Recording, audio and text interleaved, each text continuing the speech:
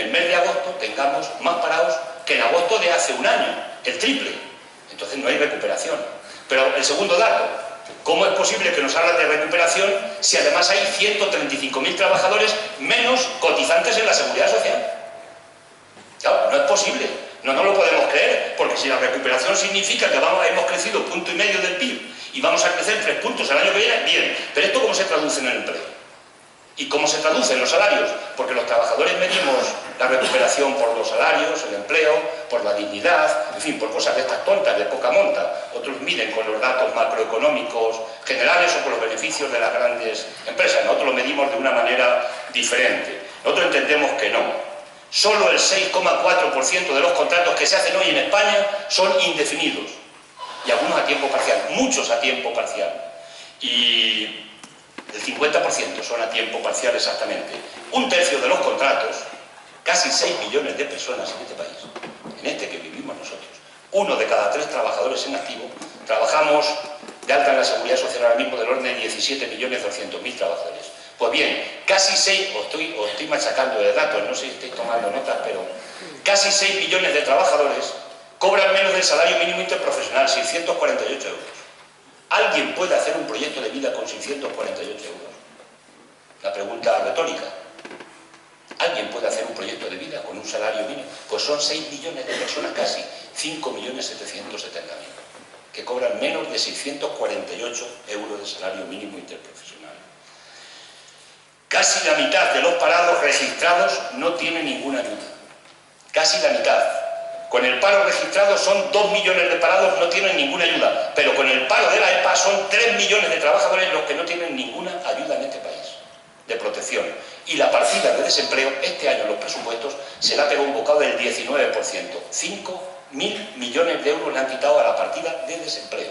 Por tanto, va a haber menos protección en el año 2016 que hay en este año. Menos cantidades concretas y además menos cantidades globales. Hay, al ritmo de creación de empleo que se está produciendo, que se produce creación de empleo, pero al ritmo que se ha producido en el año 2014, necesitaríamos 16 años a ese mismo ritmo para llegar a los datos que teníamos de empleo del año 2007, al principio de la crisis.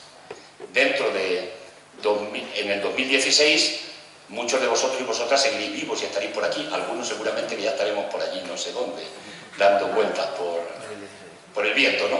De alguna manera, quiero deciros que la recuperación no nos cuenten chinos, porque hay que cambiar la política productiva de este país y hay que cambiar completamente los ejes de la política para que podamos acelerar la producción.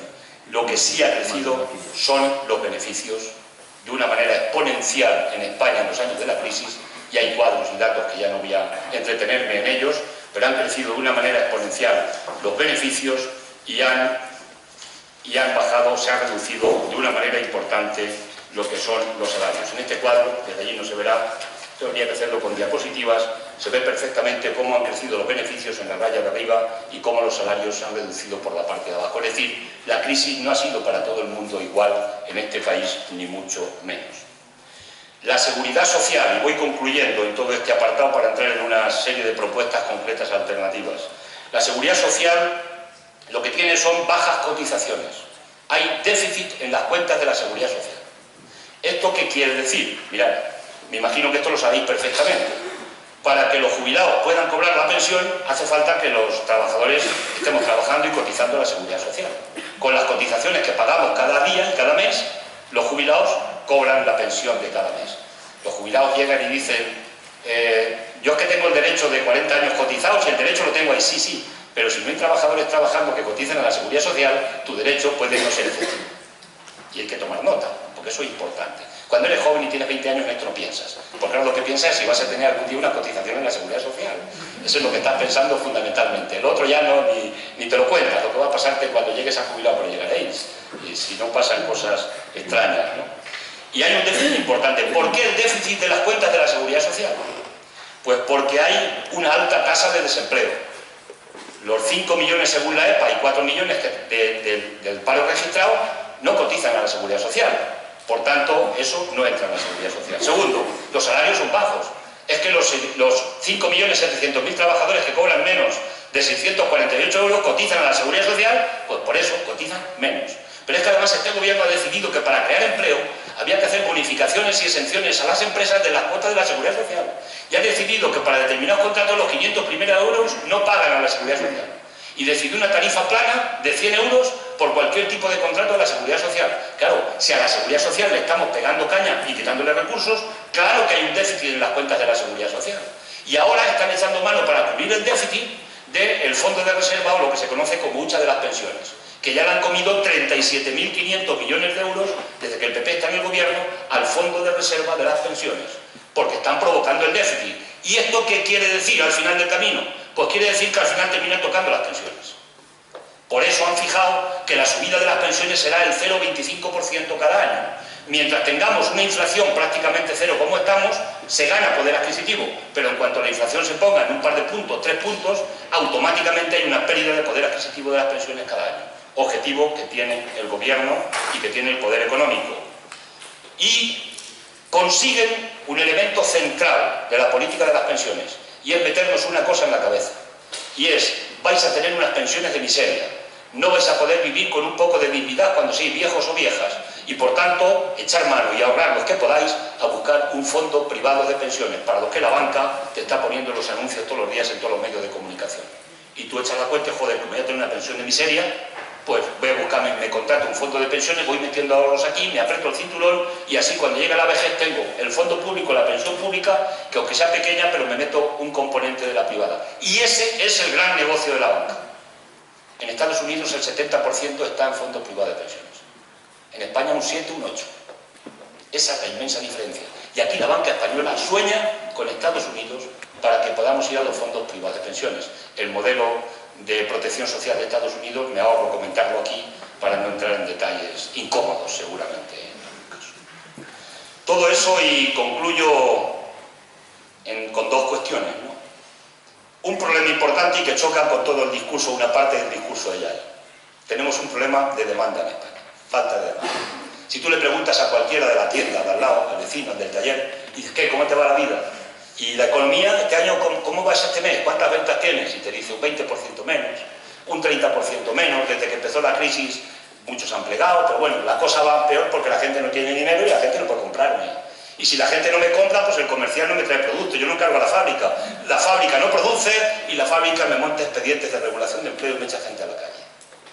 Tenemos una crisis de demanda. Y mientras tengamos la capacidad, el poder adquisitivo de los salarios tan bajos, no tenemos capacidad para poder comprar en el mercado, en la sociedad capitalista que tenemos, la sociedad de mercado, y por tanto esto está creando un problema también al empleo, y lo genera. Por tanto tenemos un problema de demanda. Por tanto, en este modelo y en este sistema, para poder salir de aquí, hay que incrementar los salarios. Y es posible incrementar los salarios. Posible no sabemos, pero mirad, aquí estaban los salarios en el año 94. Aquí, en el año 99. Por aquí fueron durante todo el crecimiento de la burbuja y compañía, y los años anteriores, los salarios subieron hasta aquí, y ahora los salarios han vuelto a estar aquí. Es decir, es que hay salarios que están como hace más de 20 años en España. Pero no el problema es que hay 4, es que hay muchos salarios de esa naturaleza. Y si no se suben los salarios, no despega la economía productiva en nuestro país. Es uno de los elementos centrales. ¿Y el gobierno qué dice? Cuando interpelamos a Rajoy con que suba el salario mínimo interprofesional, dice: no, el problema de los salarios en España lo tienen los sindicatos y los trabajadores y las empresas.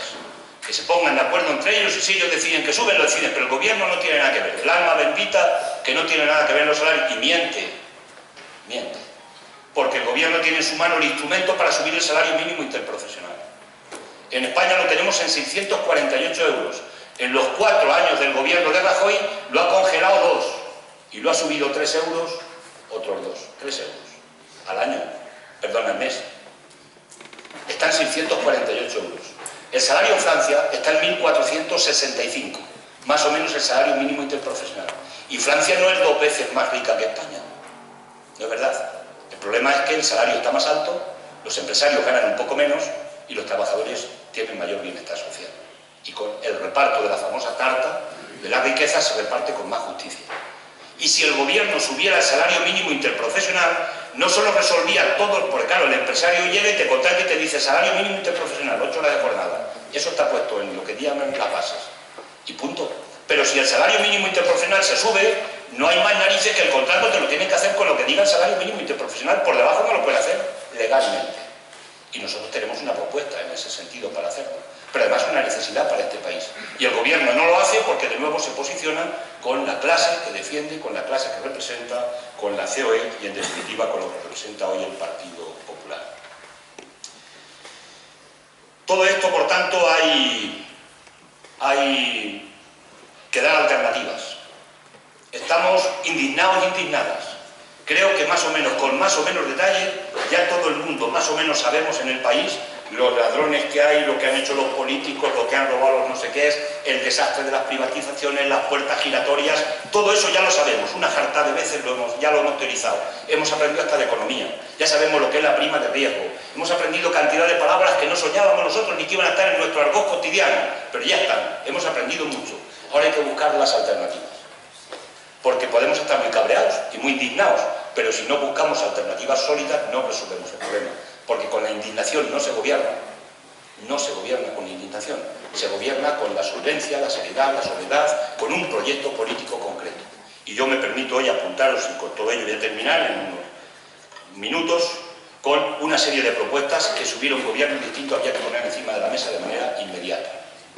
Inmediata por los tiempos que nos permitan y lo que permita el poder económico también, porque si queremos cambiar cosas, el poder económico está ahí. Es un enemigo potente, potentísimo. El capitalismo lleva, ¿cuántos años? 200, casi 200 años. Y ahí está. Y se ha tambaleado. Pues bueno, ha tenido, ya yo explicaba el proceso de los años 40 y tantos, ¿no? Explicaba perfectamente lo que fue la correlación de fuerzas, cómo el capitalismo cede para que el estado de bienestar avance, para no perderlo todo, porque entonces estaba el otro bloque allí delante, pero después cuando ven que cogen fortalezas, hunden muros, hunden todo aquel tinglao, vuelven a coger las riendas, meten el consenso de Washington, el tratado de Maastricht, los acuerdos de Lisboa, y meten de nuevo a la Europa en la dinámica en la que la han metido y que estamos sufriendo y padeciendo, ¿no? Pero está ahí, y hay que tenerlo en cuenta, ¿eh? Porque el capitalismo con Grecia también estaba ahí. Están con mucho poder porque tienen mucho poder. Si nos tienen pillados, nos tienen endeudados, nos tienen cogidos, tienen mucho poder. Y por tanto hay que tener inteligencia, cautelas y poder para poder contrarrestar ese poder. Porque además, una cosa es tener el gobierno y otra cosa es tener el poder. Y yo soy de los que piensan que podemos tener el gobierno, pero como no tengamos un pueblo organizado, consciente, con mucha organización social, sindical y política en un país, no va a ser fácil hacerle frente al poder en las primeras zancadillas que empieza a poner a medidas que no le van a gustar. Y ahora explicaría algunas de ellas, de las consecuencias que ya hemos vivido, ¿no? Lo primero es que hay que luchar contra el fraude fiscal. Lo primero que necesita el Estado es dinero en la hacienda pública. Sin dinero no podemos hacer cosas. Que no nos cuenten que sin dinero podemos aumentar la ley de dependencia. Porque cada vez que hacemos una propuesta de gasto, tenemos que decir de dónde vamos a sacar el dinero, con qué plazos, con qué tiempos. Esto es lo que es gobernar. Esto es gobernar. Y por tanto hay que tomar mucha nota, la izquierda social y política, en esta fase en la que nos estamos metiendo y en un país tan diverso, tan disperso, y además en este momento con las propias connotaciones que tienen las elecciones del día 27, las tenemos también a la vuelta de la esquina. Un país invertebrado como tenemos en este caso concreto. Por tanto, lucha contra el fraude fiscal porque hay un agujero y porque hay 80.000 millones de euros de gente que debería estar pagando los impuestos en España y no los paga. Y lo dice la Constitución. El artículo 31 de la Constitución dice que todos tenemos que pagar los impuestos en función de lo que ganamos y lo que tenemos. No estamos haciendo ninguna revolución ni intentando cambiar ninguna cosa, es que se cumpla lo que dice la Constitución, por cierto, tan denostada y tan jodida como la están dejando esto, ¿no?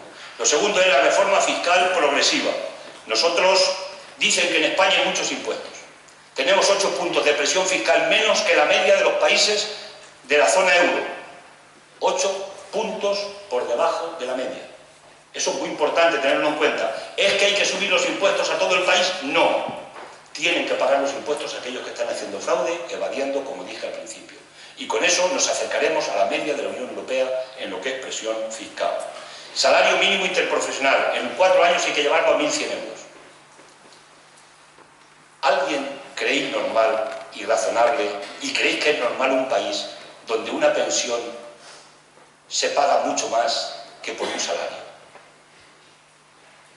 Esa pregunta yo me la he hecho algunas veces. Yo cuando me jubile, pues no sé qué pensión tendré, todavía no he hecho el cálculo. Pero ¿creéis normal que una persona que está trabajando en activo gane menos que un pensionista?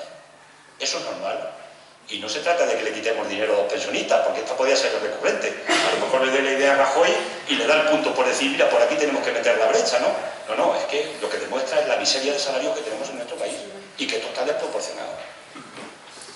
Es una reflexión para dejarla en el aire, ¿no? Por tanto, salario mínimo interprofesional a 1.100 euros en un periodo legislativo. 35 horas de jornada laboral. Lo voy a simplificar mucho. Si la tecnología llegó para resolver la vida del hombre y de la mujer y para hacer la vida más felices y que trabajáramos menos y las máquinas trabajan por nosotros, no tiene ningún sentido que se siga con jornadas de 40, 45 y 50 horas como estamos viendo en este país en muchos sectores de la economía. Las 35 horas en un pequeño lugar de La Mancha las aplicamos ya en el año 1983. Aplicamos las 35 horas en el ayuntamiento y no se hundió el pueblo. Y el ayuntamiento funcionaba y funcionaba con 35 horas. Eran 37 y media la que tenían los funcionarios públicos. Hicimos una trampa para poderlo aplicar, porque con la ley en la mano no había manera. Pero bueno, esto si queréis es un simplismo probablemente. Un plan de formación y empleo para los parados de larga duración. Esto es urgente. De esto los que hemos tenido gestión municipal sabemos mucho. Más allá del hándicap que hoy tiene la formación por todos los que hemos conocido de Andalucía y de los cursos de formación, un plan de empleo-formación para parados de larga duración, donde se cobra una cantidad para además aprender, permite no solo que la gente esté aprendiendo algo, sino que hay una cantidad de formadores que salen de las universidades y que pueden formar a toda esa gente en muchos pueblos y en muchas ciudades. Por tanto, eso es fundamental hacerlo en la situación que tenemos.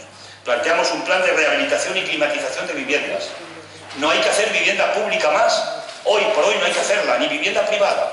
Sobran viviendas en España, hay millones de viviendas que sobran. Lo que hay que hacer es reformar, rehabilitar, climatizar, quitar barreras arquitectónicas. Ahí hay un nicho de empleo importante, pero además si eso se hace bien, se blanquea porque eso se está haciendo con economía sumergida.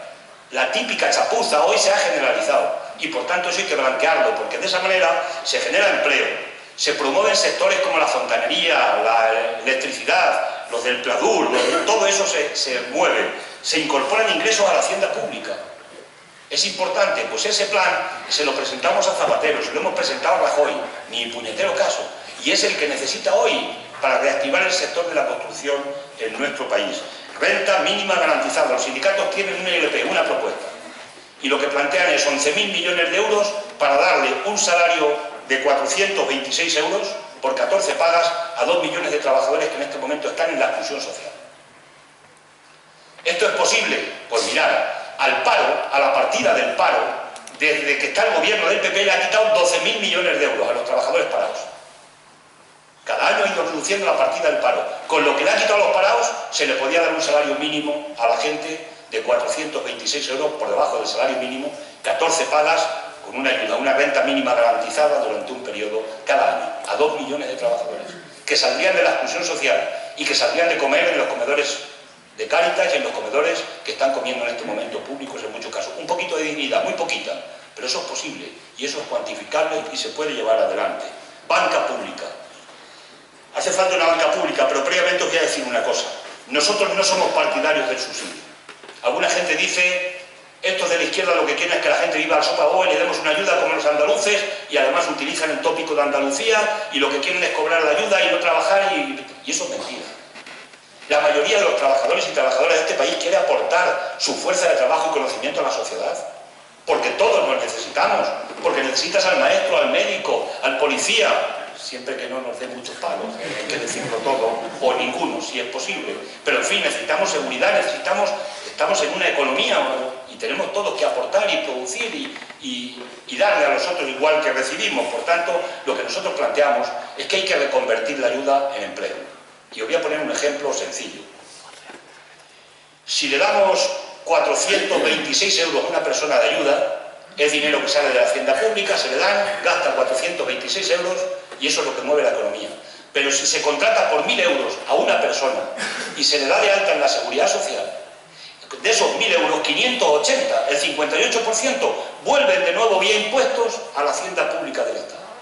Por tanto, al Estado le cuesta lo mismo. Pero está moviendo 1.000 euros cada trabajador en la economía productiva y en el mercado y en el consumo. Y eso mueve la economía. Y está trabajando. Y no está a la sopa boba. Y está aportando lo que es una fuerza de trabajo en algún tipo de actividad. Este dato es muy importante porque esto es un debate muy importante y sobre todo cuando los que defendemos la renta básica y la renta mínima garantizada especialmente, es un debate muy importante este y que imagino que se tiene que seguir abriendo hueco en la sociedad. Banca pública. Mirad, nosotros en el programa tenemos la banca pública y hay que trabajar por una banca pública, pero ¿quién no quiere la banca pública? No la quiere la banca privada, porque no quiere competidores. Y ahora que se han cargado las cajas de ahorro y nosotros hemos ayudado a cepillarnos las cajas de ahorro, ¿vale? Una joya importante de este país, y cuando digo nosotros, digo la izquierda, digo los sindicatos, digo los poderes que hemos tenido estos años ahí, hemos contribuido a desprestigiar por la vía del deterioro de las cajas lo que era la función que tenían las cajas, y hay que asumirlo autocríticamente. Pero la banca pública sigue siendo una necesidad en el país, pero a la banca privada se le pone la carne de gallina cuando oye hablar que el Estado va a competir con una banca pública con ellos, y no quiere. Y os digo la prueba. En Andalucía gobernamos un tiempo con un 12% del voto. Y nuestro grupo llevó al gobierno de Andalucía que había que hacer una banca pública. Y se aprobó llevarla para adelante. La banca pública fue un compromiso que le sacamos al PSOE. Pequeña, con 1.000 millones de euros en Andalucía, empezar con una banca pública. ¿Sabéis lo que yo pienso de por qué levantaron el gobierno de Andalucía? Susana disolvió el gobierno y convocó de nuevo elecciones, entre otras razones. Porque el poder económico de la banca le presionó. Porque no podían permitir, entre otras cosas, que en Andalucía hubiera una banca pública. Imaginaros cuando la planteemos o intentemos plantearla a nivel del Estado. ¿Y es posible haber banca pública? Sí, en España tuvimos banca pública. Tuvimos Argentaria, tuvimos el Banco de Crédito Agrícola, el Banco de Crédito Industrial, el Banco de Crédito Local. Todo eso eran bancas públicas del Estado, que no especulaban, que no ganaban dinero para los accionistas, que el dinero era para el erario público, para el bienestar social, para las obras sociales del Estado, la función y el compromiso social. Y la banca no quiere eso, porque la banca, ahora que tiene todo el ahorro en sus manos, lo que quiere es el negocio y negociar y ganar dinero. Y sus consejos de administración que ganen dinero para que más paguen buenos dividendos a los gestores de esa banca. Por tanto, esa es una propuesta fundamental para desarrollar la economía social, la de las pymes y la de los autónomos. Hay que garantizar la vivienda social. Una ley en España, como la ley andaluza de la vivienda, que automáticamente la recurrió el PP, porque el Partido Popular le exigió que la recurriera, esa resolvía el problema en España y no se producía un desahucio más en España. Es posible hacerlo. En Andalucía lo pusieron en práctica y se le echó encima, repito, la derecha, la banca y el Partido Popular lo recurrió al Constitucional y ahí está muerto y paralizada la ley. Esa ley hay que hacerla en este país. Ya hay que llevar, por tanto, la suspensión de los desahucios. Se puede hacer. Hay que llevar las hipotecas y quien no pueda pagarla hay que cambiarle la hipoteca por un alquiler social.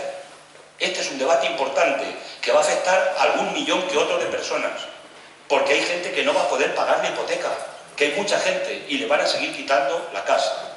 Hay que plantear el parque público de la Sareb, toda la vivienda que han pasado los bancos al banco malo, pues vamos a ver si hacemos un banco público con esa vivienda para que la gente pueda tener acceso a una vivienda en lugar de llevarlo a los fondos de inversión especulativos. Todo esto cuesta dinero.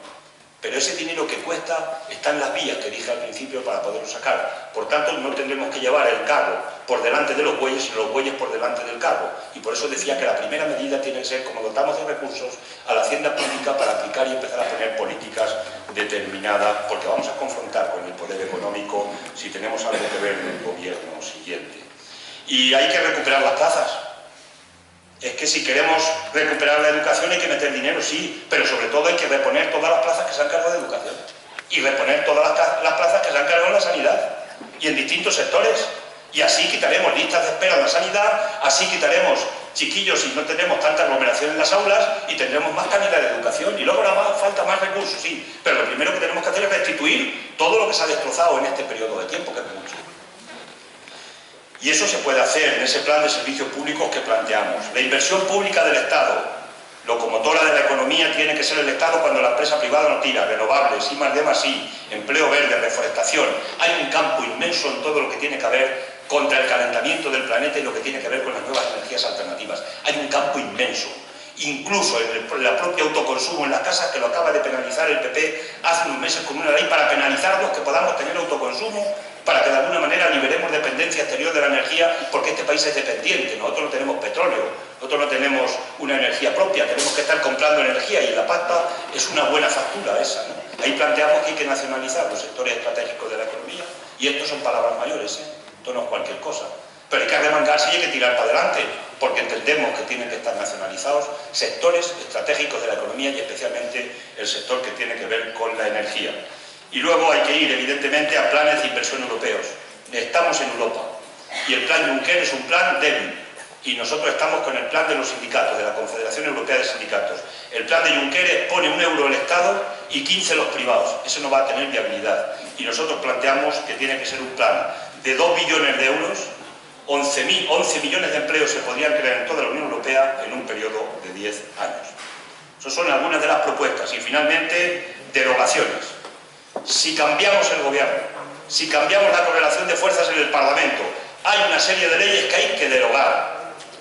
Y hay que volver a crear unas leyes de acuerdo con los distintos sectores que tienen que ver en el tema. Primera ley, las reformas laborales, la de Zapatero y la de Rajoy.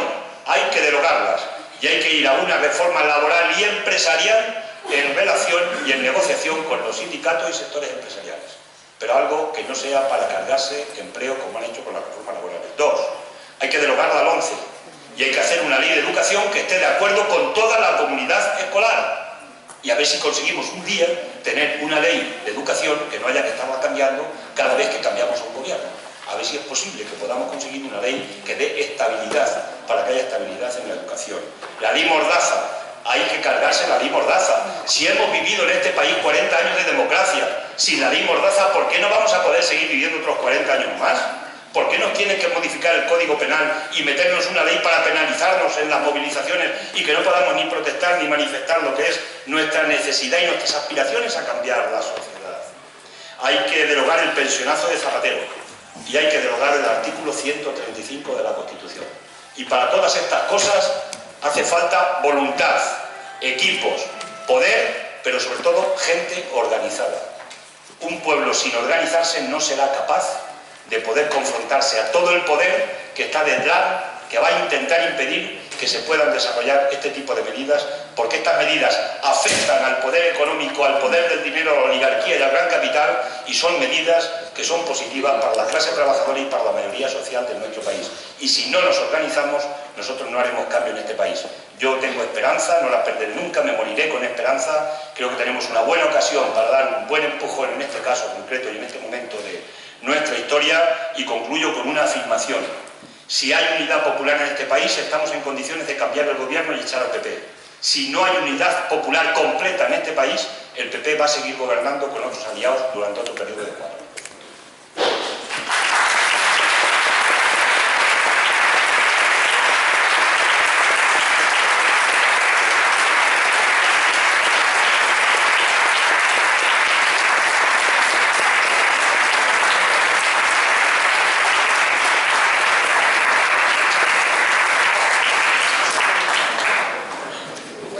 Si alguien quiere hacer una pregunta, comentario. Muy bien. No has mencionado